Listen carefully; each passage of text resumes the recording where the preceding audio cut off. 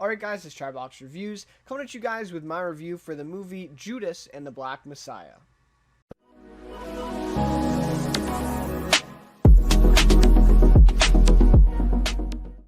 Alright, so I was really looking forward to this movie.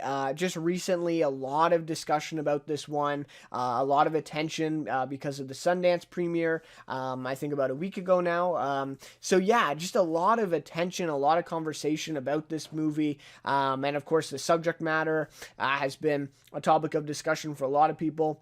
And obviously very relevant, to today. So yeah, really looking forward to this movie. And I think this is going to be the start of something new on the channel. Obviously this is kind of it's a channel dedicated to TV most of the time. I'm not a big movie guy that, I don't really want to turn this channel into reviewing movies every week or anything like that. But I do kind of want to get into this Oscars race and the discussion and the awards stuff. Really enjoyed doing something for it last year, where I did kind of my ranking, where I went through, watched all the Best Picture nominees, did my ranking for them, share my thoughts. And then also put together a couple predictions videos. So really enjoyed doing that, and I think this year I have the opportunity with a lot of these, streaming movies out there that I want to watch all of them and do reviews for them on the channel. So what I'm going to try to do is do 9 to 10 movies, I think, and obviously not all of those are going to get nominated for Best Picture, but I'm kind of focusing on just the ones that are going to contend for at least some awards at the Oscars. So we know probably about 8 that are probably going to get in. We're not sure exactly the 8 yet. Obviously we won't know until March 16th, I think, is the nominations day. But at least we know kind of what movies are in the conversation and what movies aren't. And so, yeah, really want to kind of tackle some of these films and kind of share my thoughts on them. And this was definitely one of the most anticipated out of the bunch for me. There's not a ton of movies that excite me, to be perfectly honest with you. But this one was kind of one I was really looking forward to. And of course, it just released yesterday on HBO Max, and in some theaters, I believe. So yeah, and of course, obviously some people have already seen it, a few weeks ago with the critics, and then of course at Sundance, where it had that big premiere. So anyways, with all that being said, let's get into this review. So love to hear your guys' thoughts of this movie. If you have seen it, what do you think of it? And if you haven't seen it yet, maybe let me know like why you're looking forward to it, if you're not looking forward to it, if you want to see it, anything like that. Just share, what you guys are thinking of this one. And yeah, if you have seen it, kind of, maybe if you have any, comments or kind of counter arguments to what I say here, really love to discuss with you guys, and maybe change my mind, maybe I'll change yours, all that. Really like discussing, this stuff, and for sure, so that would be great. So, also, if you enjoy the review, please leave a like and consider subscribing to the channel as well. Would really appreciate that. But without any further ado, let's get into a little bit of a kind of non-spoiler discussion to start with, where I'll kind of go over a little bit of kind of the particulars of this one, and then kind of share my overall log line, my overall thoughts of the movie, and I'll give a little bit of a warning for the second half of the video where we'll get into spoilers, and I probably will talk about a couple events, especially towards the end of the film, that would ruin it for you if you really are invested in this one and you haven't seen it yet, so I will give that warning there. And then at the end, I'll probably just talk about the chances that it has at the Oscars, what I see it getting, what it should get, and maybe what it will get, right? That's the whole thing. So anyways, that's kind of, that's kind of what we're going to do here. So, anyways, this movie is directed by Shaka King and written by King himself and Will Burson. So, both of these guys coming from comedy backgrounds, which is interesting, right? I think Shaka King's first feature film and only other film that he's done is Newlyweds. I think that's what it is. And I think a lot of people liked it. Obviously, it didn't receive, critical acclaim or anything like that, but I think a lot of people did enjoy it. So it's really interesting to see him kind of come into this film and make that transition to a more serious, dramatic, genre and project. And something I thought of too with this, and something that I'm more familiar with, is a guy like Craig Mazin, who did this with Chernobyl back in 2019. And I remember that being like really, really good. And really successful, at the Emmys and in those critical circles, critic circles. And so it is interesting to see more of these comedy guys kind of going into these serious, dramatic projects. And Craig Mazin is a great example. That was a great success for him, coming from the Hangover movies into that series and doing so well with it. And so it definitely has opened kind of a window for these guys to be really successful in doing that. And so Shaka King, besides that film, I think he's part of High Maintenance, Shrill, with the girl from SNL, Addie something. I forget her last name. But yeah, so he's been kind of involved with that. Will Burson as well in some comedy shows. So again, these guys are not dramatic, typically dramatic kind of guys, but to make that transition is really interesting. And I think something that also kind of intrigued some people to watch this and just see what this is all about, right? How are these guys going to change kind of their what they're used to and kind of adapt into this new genre? So that's definitely something to look into for this one. So the cast includes Daniel Kaluuya, Lakeith Stanfield, who are both from Get Out, Jesse Plemons, of course, who I've talked about a lot on this channel, with Breaking Bad, El Camino, absolutely fantastic in El Camino, and I've seen him in so many projects recently, right? He was in Vice. He was in The Irishman. Of course, he was on the Black Mirror episode that won all those awards, USS Callister, and he was fantastic in that. So really, really, really like Jesse Plemons a lot. And it's good to see him, getting these roles. And this was one of his bigger roles, I would say, in recent times. So really great to see. And also Dominique Fishback, also really great to see. And of course, she's from The Deuce. That's where I know her from. And she was one of the standouts for sure of that cast in Deuce, in The Deuce, and really enjoy seeing her in this, and hopefully she gets some more projects like this. I'm really looking forward to seeing what she can do going forward. And then of course, someone that is not always mentioned when people talk about the cast is Martin Sheen. He's in this movie, and I get it because he's almost unrecognizable in the role that he's in here, but yeah, he is also in this movie, so that's interesting. So the movie is obviously inspired by the true events of the late 1960s. Of course, inspired by true events, right? That's kind of the thing they say at the beginning. And it focuses on FBI informant William O'Neill and his role in the Illinois Black Panther Party, and also, I guess, his larger role eventually then in the death of the party's chairman, Fred Hampton. So that's kind of where we're going with this one. And obviously, from the offset, this film is depicting and kind of focusing on a really intriguing story, a really intriguing time period that's obviously pretty relevant to our current times. I think that's undeniable. And so just right from the get-go, when you hear what this one is about and you hear kind of the time period, the story that this is tackling, it's obviously going to get a lot of attention, right? So now you combine that with the critical praise that it's gotten in the last month or so, and the significant attention the film has received over the last week, especially with Sundance and that whole release, and a lot of people saying that it's the best film at Sundance this year and all that stuff. So you put this all together, and it is no surprise that this movie is now in conversation for the Oscars, and, seriously contending for Best Picture even.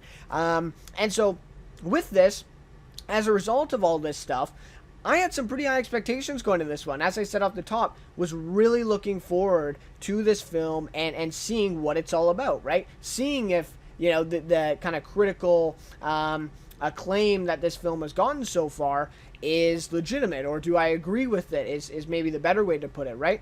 But I will say, unfortunately for me, this film does not live up to the expectations that I had going into it.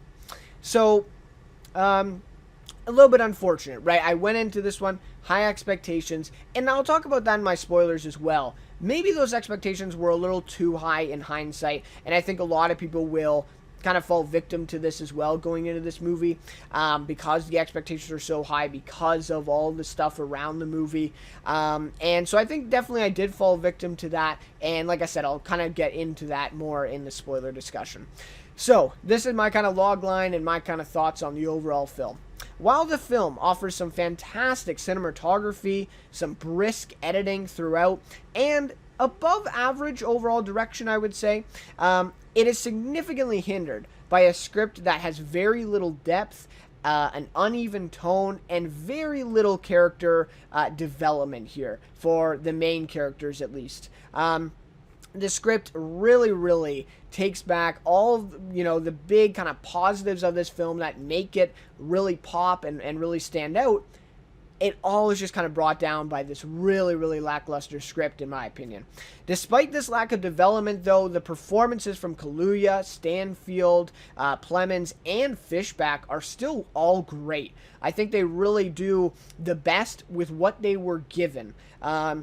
Because this script doesn't give them much depth, doesn't give that much development for these characters, the way that these actors were still able to give these performances, I think speaks volumes, and I think that really shows how good they are in this movie. And overall, it just could have been so much better, though, right? Imagine Kaluuya in a character that had a little bit more development, that had a little bit more depth, even Stanfield as well. I mean, all of these guys really could have been even better. I mean, we're talking about maybe, best performances of the year easily because of the way that these actors were able to portray these characters with very little to go on.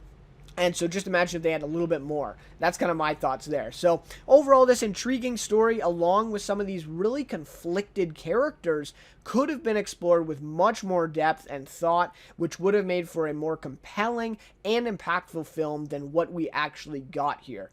And overall, it just leaves something to be desired. You almost feel, or at least I feel, of course, after watching it, is that this could have been better, right? Like, this could have been more compelling. The story is so interesting. And again, time period, everything they're tackling here, really relevant. And I just feel like it falls a little short because of this script that really kind of drags it back, really drags it down from being really top tier. Now, this is not saying that, there aren't, obviously those positives are still there. The cinematography is still fantastic. You have some really great editing here. You have some really great directing at times throughout the movie. And some really great performances. It's just that the writing, which is honestly at the core of this movie, is a little lackluster and leaves something to be desired. So overall, it causes the film to not live up to my expectations and kind of the expectations of pretty much everybody going into this with the critical praise, with all this discussion at Sundance and the Oscars and all this stuff. So those are kind of my non-spoiler thoughts overall. That's what I thought of this film. Now we'll get into spoilers here. So here's a warning if you haven't seen the film yet.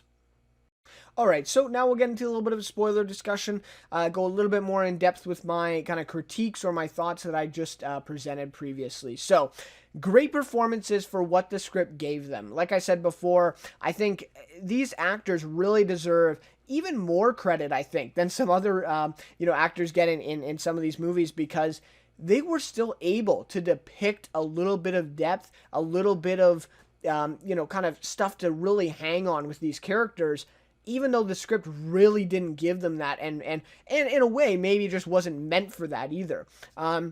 But I think, obviously, Daniel Kaluuya as Fred Hampton stands out, obviously. And, I'll get to my stuff on the Oscars later, but he's most likely going to win supporting actor for this one. He's great. Now, I will say, I think he was, again, my expectations going into this were, this is going to be, a performance of the year type of thing. This is going to be insane, the level that he goes to. And I have to say, I think it's a little bit overstated. I think his performance is absolutely great here. But again, because of the script, because it really doesn't give him any, range here, he really is just playing the same character throughout the entire film, except for a couple scenes here that are a little bit more emotional, that are a little bit more kind of introspective, right, where he's actually considering, what he's doing and going over these things, especially with Deborah. Those scenes with Deborah, Dominique Fishback, those are some really deep scenes. And then you see the range that Kaluuya has. And he has that range, right? Like we know from Get Out, we know he has that range, but they don't quite let him go that far. So yes, he's great in this role. And he really does embody Hampton. If you watch some videos like I did of the real Fred Hampton, he's great. Like he sounds almost exactly like him. And of course, Kaluuya is British. So that's an interesting thing here too, that he's able to really kind of embody this role of this American guy, who's obviously, the accent for starters, but just a lot of stuff is different there. So yeah, really deserves a lot of credit, Kaluuya for sure, as Fred Hampton. Stanfield is good, but he had his work cut out for him. I think even more so than Hampton, the character William O'Neill has very little depth, if any. And he's supposed to be our main character and our main protagonist.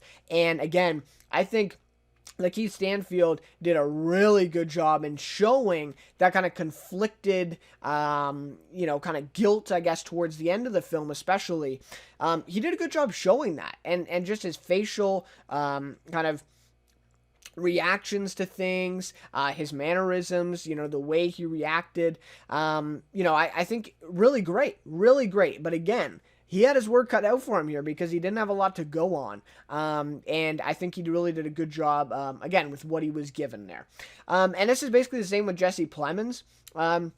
Jesse Plemons is, in this movie, is playing pretty much a role that I've kind of come to expect from him. He was kind of playing this same thing in The Irishman. I think he was only in about 10 minutes of that movie, or 15 minutes, but he's kind of playing the same character as that film, even though they're completely different characters. But it's just kind of that like low, kind of very lack of emotion. El Camino, you can see a little bit more of that, but I think he had a little bit more kind of range as this kind of psychopathic kind of character. But this, he's good, but I'm not seeing much depth from him. There's not really much to his character here below the surface. And so again, I think he's just doing the best with what he was given. Fishback really stood out to me. I think she's the second best in the film. Dominique Fishback is Deborah. The chemistry between Dominique Fishback and Daniel Kaluuya, those scenes are probably the best of the film. And again, because they're a little bit more deep as well, but because these two have such good chemistry on screen with each other, it's impressive. It really is, to see those two together and bounce off of each other. And she's great. I really do think she's good. She has a little bit more development than some of these other characters, but again, not much. We come out of this film not really knowing much about her, and kind of where we started with her. So yeah, a little bit unfortunate, but again, I think Dominique Fishback does a really good job. And like I said off the top, I really want to see her in some more projects because I think she has that depth, she has that range. And she showed it a little bit in The Deuce for sure. But yeah, really like to see where she can kind of go from there. Really, really looking forward to that. So now I'll just highlight my problems with the script and the writing, because that is really where my main criticism of the film lies. I think it obviously has some really good other positive aspects, but the script is really what drags this one down and really hurts it for me. So let's get to that. So to me, I think I counted. I did watch it the first time, and I kind of skipped through. So every 2 to 3 minutes, I kind of skipped through, paused, watch a little bit of the scene, just to make sure that I didn't miss any big scenes in there.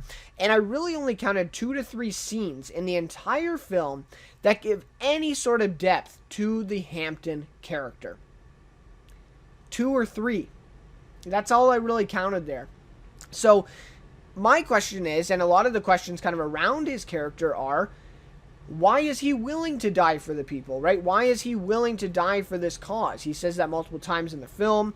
What set him on this trajectory? Of course, we have that one very short scene of him saying that one of the boys that his mom babysat for was lynched. And there was a lynching in the town of this boy, and so that really inspired him, to kind of get involved, and kind of set him on this trajectory of being the leader of this party and believing in its principles.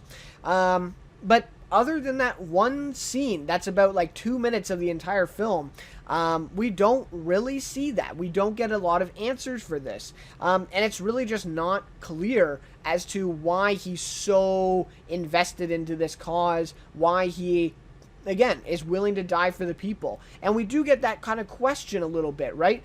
Later in the film, and I'll talk about that in just a minute, when Dominique Fishback's character, Deborah comes and questions that, that could have been a really impactful scene had we had that little bit of background of saying, okay, this is why he's there, and these are the stakes for why he's willing to fight like he is, and why he is even prioritizing the cause, the people, over his own child, and over his own, girlfriend, or the one he loves.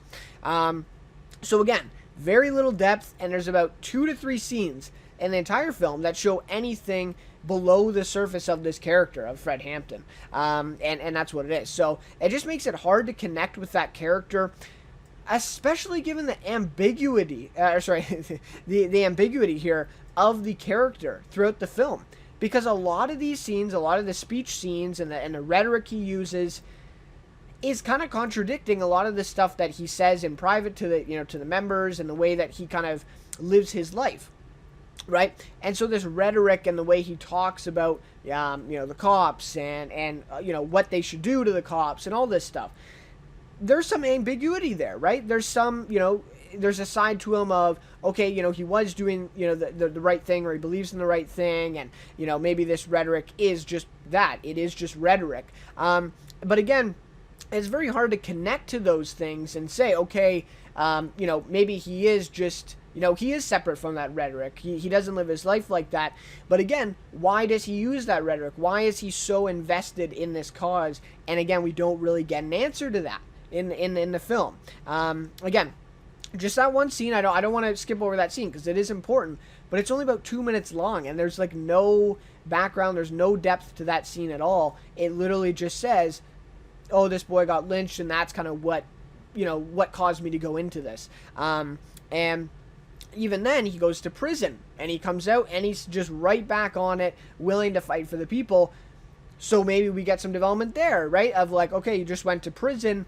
Did this change his mind at all? Did this, is he a little bit more conflicted with fighting for the people if this is going to be the cost? And we just don't get that at all. There's no kind of introspection there of him kind of thinking about those choices.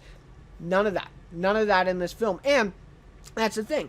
It's like, okay, well, he is a supporting character in this. Maybe he doesn't need all that development. But the thing is he pretty much is a lead, right? Like, we have our protagonist, and the story is told from his perspective, of course. But we actually get more scenes with Fred Hampton, I would say, and more kind of depth in those personal scenes than we do of O'Neill. So, again, he pretty much is a lead, and so I think, yes, that does justify that he needs some development here, that he needs some depth, and again, we just don't really see that throughout the film. At least in my opinion, right? Maybe I missed something, maybe there are some more scenes on there, and the only thing I will say is Kaluuya does depict a little bit of it, though. Yes, the script doesn't offer it, but I think he does, in his performance, again, kind of show that, right? Kind of show that, especially with those prison scenes. I think he was really, those emotional kind of reactions and the way he was kind of going about that performance, I think that really did show some depth to that character, but again, not much there. Not much there on the table being offered to us there. So, same goes for the O'Neill character. Right? I mean, he's supposed to be conflicted over what he's doing, and then at the end, he's supposed to be, feel very guilty about what he does, and he is kind of conflicted. At the beginning, it's kind of just a fun thing for him, right? Yeah, I shouldn't say not fun, but it's more of just, he is an informant, he's going to infiltrate them, and that's what it is. But then, of course, he gets more, interconnected into the group. And this is kind of a cliche as well, but it's fine, right? You could have had that. But I really didn't count more than one scene, again, in the entire film, where we explored this conflict further. Yes, we see it, right? We see it play out in the film that he is conflicted, especially at the end. Again, with his performance, with his emotion that he shows there at the end in the scene. he feels guilty. He is conflicted over doing that, over getting Fred killed, right? Or at least contributing to his death, or kind of helping the FBI orchestrate it. But again, where is that kind of depth? Where is that where we actually explore that? Why is he conflicted?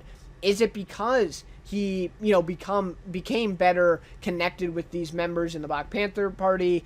Is he friends with Fred Hampton? Has he really became to adore him, or kind of look up to him, I should say, as a mentor, stuff like this. But we don't really see that. Again, maybe that's implied, but there's really not much development here to go on.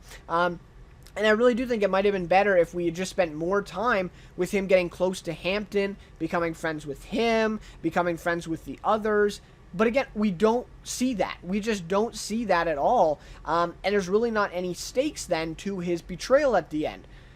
Because again, okay, he's conflicted, he feels guilty about the betrayal. But there's not really any stakes. We don't see him becoming really good friends with Fred Hampton. Again, if that was the case, if they had a really tight relationship and he has to betray him, again, this movie's got a lot of comparisons with The Departed, and rightfully so. It's kind of that same story, or kind of going on the same concept. And again, that film is kind of develops those relationships and makes it a little bit harder for him to betray him at the end. But this one, we just don't see that connection between these characters. I really didn't get the feeling that O'Neill was really that close to these people. And maybe it is just him that he actually bought into the cause. He's not necessarily close to these people, but he believed in the cause and he didn't want to help the FBI anymore. He felt bad doing that. And that could be, that could be it too. But then we don't have a scene. We don't even have a moment where that is tackled, where that's explored.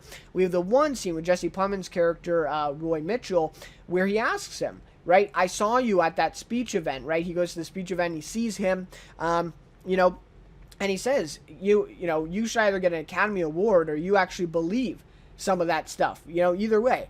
And you really do get that feeling that he is starting to buy into it. He actually is, believing in that, in the kind of mission, in the cause. But again, where do we see that, right? We see it play out, but why? Why is he buying into the cause? That is just never answered in this one. And then next is the pacing issues in this one. The film goes very fast, just in general. Overall, this film just goes by really fast. There's a lot of stuff happening and just kind of skips, over to an event, to an event, to an event. Here's an event, here's an event. And it's kind of repetitive in that way too, because, there are just a lot of events, and then we see Lakeith Stanfield meeting with Jesse Plemons. They have another meeting. Oh, he's kind of, conflicted over this. Again, we don't know why, but that's just kind of what it is. We see that play out. So it's repetitive as well, but it's very fast. So he becomes the security captain of the party and is accepted very, very fast. I mean, he's only basically questioned in the one scene where a couple of the members ask him to hotwire the car to prove his backstory, right? And that's really the only scene that we get where they actually question him, and kind of look at him and say, well, you're new to the party here. You've really suddenly climbed the ranks. You become this security captain. Are you really who you say you are, right? And especially because they have this informant problem and everything, no one questions him at all, and he rises to this position so fast. And again, maybe it wasn't fast. Of course, the movie takes place over about a year or a little bit more. So they're covering a lot of time. They're going very fast, but maybe that is the problem. Maybe you had to slow it down a little bit, spend some time at the beginning showing us how he climbed the ranks, how he got there. And again, if they showed this a little bit better, showing some challenges, showing some struggles where they did doubt him and he had to prove himself, and, him getting closer to them, in order to prove himself, right? Becoming loyal, doing these things for Hampton, and the like, maybe that would have shown those stakes a little bit more if we spent more time on that and showed him getting close and all the stuff he had to do to get to that point. And then he betrays him at the end, right? Again, seeing those kind of stakes and seeing that betrayal would have been a bit more impactful had we seen that rise. But 30 minutes in, he's just security captain, and that's where we are. Fred Hampton goes to jail, he gets security captain, and that's just, again, that's just where we are. So I think Yes, I think the film could have been a little longer as well. It could have been maybe, 2.5 hours. I think it's about 2 hour, 10 minutes. So you could have had a little bit more time. But I think just overall, cut some of the other stuff and just show us a little bit more of how he got to where he was, and a little bit more depth there. Because, again, I think that develops that relationship a little bit better, develops those stakes a little bit more for sure. At times, this movie, again, this is kind of a problem with the script, is it seems more like a reenactment rather than a dramatization at times. Because it really is, at least in some scenes, it's simply showing us these events and characters, and especially Hampton, right, with little background and development for any of these scenes that they're depicting here. And I will say, it very much succeeds at this. When it goes to these scenes and when it becomes kind of this reenactment, just showing us these speeches, these scenes where, or scenes with the FBI, stuff like this, it actually is a really good film when it goes to that because of the great cinematography and these performances that really capture the real people, especially Hampton, right? And I'm really talking about these scenes where he gives these speeches.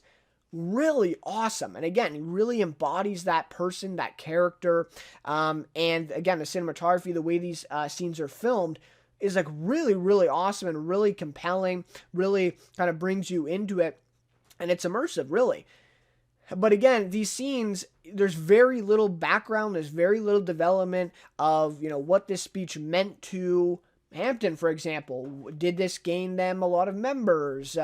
Is this a speech that really caught the attention of, people that were kind of on the fence of the party, all this stuff. So we never really get any development, any background, any, kind of look into what these scenes meant for the movie. We just kind of see the scenes play out, and they're really great. They are really entertaining, again, really immersive, but again, at the expense of any story or development here for any of the characters, which is a bit unfortunate. So, with all that being said, I think obviously there are some positives. So those are kind of my problems with the script. Very little development, very little depth overall, but the cinematography here was fantastic throughout.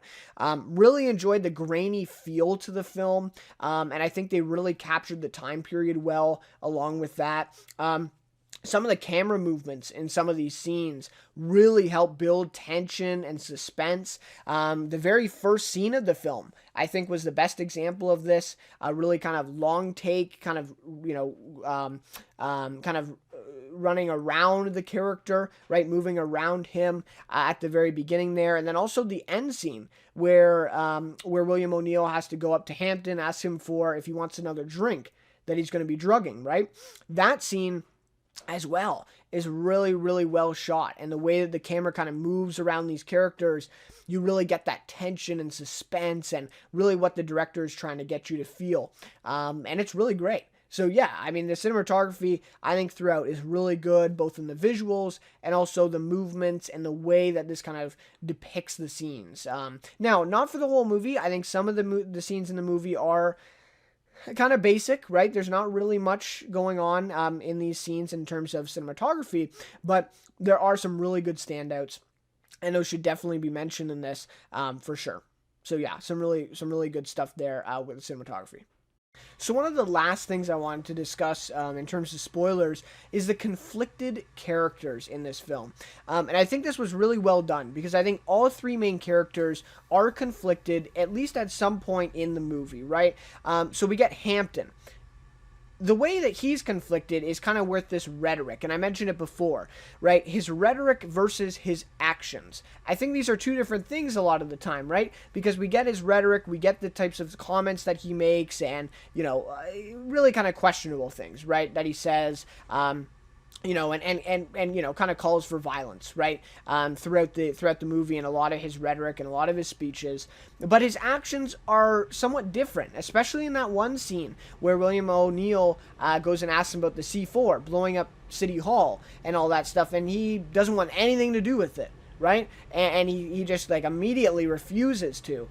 And another thing too is that he says all this stuff and has this rhetoric and gives these speeches, but we don't see him actually go out and do any of this stuff. Now, Of course, that doesn't mean that he wouldn't, but it is just a little bit of a confliction there, because it is, okay, well, obviously he believes in the cause. I don't think we can question that, but I think we can kind of question if, he is actually willing to do some of these things. And I think, again, that scene with O'Neill with the bombing, plot, which obviously wasn't real, right? It was just O'Neill on a wire trying to get him to say something.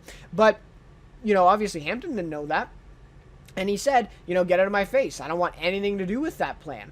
And so it's just kind of an interesting little kind of, conflict there of, saying, okay, well, you say all this stuff. And I think O'Neill said it in the scene too. He said, I'm willing to die for this. Are you? Like, why aren't you willing to die? And so I think it's a really good question there.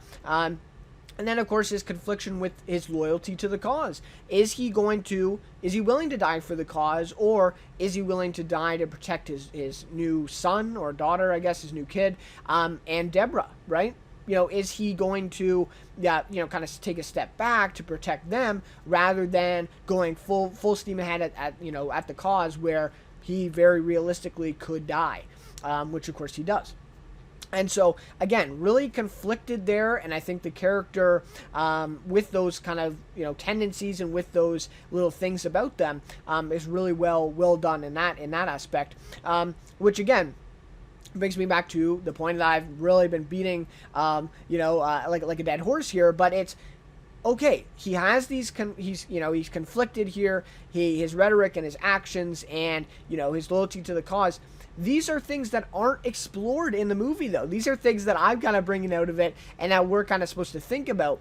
But his loyalty to the cause, there's just that one scene with Deborah and him where Deborah kind of questions that for him. And again, in that scene, he doesn't really actually consider it. He just says, oh, well, I am loyal to the cause. I'll die for the people. That type of thing. And there's really no further consideration there. And again, with his rhetoric, there's nothing. There's that one scene with O'Neill where he kind of questions him there. But even that's a little bit vague because it just kind of leaves it. And there's no resolution for that scene, by the way. The next scene that we see, O'Neill and Hampton are good again. And they're, just working together. So there's really no kind of follow-up to these. Obviously he's conflicted, but why? And let's see him explore those a little bit more. So, again, not very much depth to this. So, O'Neill, of course, there's a lot of conflict with him as well. Is he doing the right thing, right? Is he, in helping the FBI kill Fred Hampton, or at least, arrest him the first time, is he doing the right thing, Does he believe in the cause? Is he actually loyal to the party and to Fred Hampton, right? Or is he loyal to the FBI and he's willing to inform on them? So these are, again, conflicts that unfortunately are not explored very well. We see this conflict where he's worried, he goes to Roy and he's worried about getting killed and stuff like this. But that's not really, that's not really having to do with, him doing the right thing and all that. He's just kind of scared for his life. And then, we do see, of course, him feel really guilty. I think that's kind of what at least Lakeith Stanfield was showing in his performance at the end of the movie. But again, why does he feel guilty? Did he really develop this good friendship with Fred? Does he really, see him as a mentor and now he just got him, helped get him killed? Does he feel bad about that? Why? Why does he feel bad about it? Is he loyal to the party? Again, that's questioned in that one scene with Roy Mitchell, and it's kind of questioned, but no follow-up on it. There's no resolution to that. We don't see, okay, why?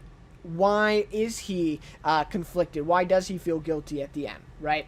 And even Roy Mitchell, I think you can take a look at in seeing this confliction here, because his actions against the Black Panther Party and what he's a part of obviously is corrupt, is kind of this evil in the movie, at least, and that's the way it's depicted. But then at the same time, he does kind of push back at times, obviously not the whole film, but at times he does push back against his bosses and the corruption that he is seeing. And we see that he doesn't feel the same way as them. In a couple scenes in particular, where the boss Hoover asks about his daughter, right? That scene. he's not really, on the same wavelength as them with that stuff. And we see that in especially his conversations with O'Neill as well. So again, there's a little bit of conflict here. But this character, it's like we have no idea why he's like that, right? We really have no clue. We have that one scene where he tells that story about the KKK thing and how he thought that was wrong. But, it's like beyond that scene, okay, so that's where he stands. Why does he feel that way, right? And why is he against the corruption? Why isn't he just like everybody else at the FBI? Why isn't he just singing that same tune? Because did he have, different upbringing, right? And then why does he target the Black Panthers? Why does he work with the FBI? If he feels this way. And again, we see that conflict, but we don't know why. There's really not much depth there, not much development. So could have been explored much better there. But I do really like that. Again, these characters really, a lot of kind of conflict between them, and that's kind of the result, is we just don't really know why. Why are they conflicted? Why do they have these different emotions? And I'd say Hampton's probably the best explored out of that, but he's very, very minimal at that. So anyways, let's just end things off here with the chances for the Oscars. So I don't think this movie gets Best Picture, and I think some people think it will. I don't think it will. It really hasn't at Golden Globe. It didn't get it at Critics' Choice. So you see some of these award shows kind of give a little bit of a preview or help at least with those predictions. But yeah, I don't know. I just really don't see this getting a Best Picture nomination. I just think the writing here is not. It just doesn't have enough depth and development for these characters that, a lot of these other Best Picture nominees will and have in the past. But I think it definitely has some award potential. So Kaluuya is probably going to win supporting actor. Obviously, this does have to do with the category that he's in, because he really is a lead in this movie. He's just not the protagonist per se. So, I mean, he basically is a lead, and, he's in supporting actor. Usually that does pretty well for films and for actors in those positions. So yeah, he probably wins, and it's not a super strong supporting actor category this year either. So he's definitely cemented himself in that conversation, and definitely a nomination for original song. The song that plays at the credits at the end of the film is definitely going to get nominated and could win. That is definitely a possibility there too. I did enjoy that song. It's a kind of nice ending. You see all the movies these days, right? They all have that kind of pop song or some type of usually they get a big artist coming in to play the song, and that's kind of become a tradition now, and I think this is definitely one of the better ones that I've seen recently. It's a really great one. I also think this deserves editing and cinematography this year. Again, both those categories not super strong, really, this year. But I'm just not sure if they will get that. I think maybe at best they would get one of the two. But I'm not sure that they even get those. Again, they didn't get it at the Critics' Choice Awards and some other places. So I don't know. I'm not completely sure on that yet. But I would say, if anything, they get one of the two. But probably none. But I think I think they deserve both, though. I think it's really great in both aspects for sure in this film, and definitely some of the strongest parts of it. Shaka King is not going to get a Best Director nomination. I think Dominique Fishback should be in there. I think she deserves supporting actress. I don't think she's going to get it. She really just doesn't have enough. I don't want to say screen time because, we saw Laura Dern win last year.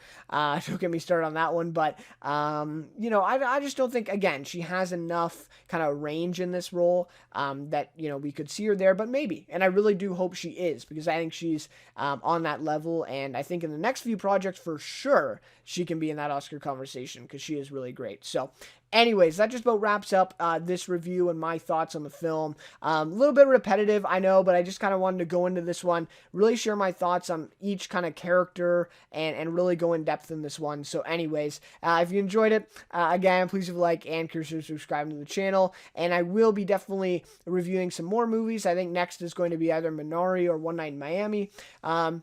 So we'll take a look at that and kind of share my thoughts on that one too. Really looking forward to both those films. So anyways, guys, thank you guys so much for watching this one, and we'll see you in my next review. All the smoke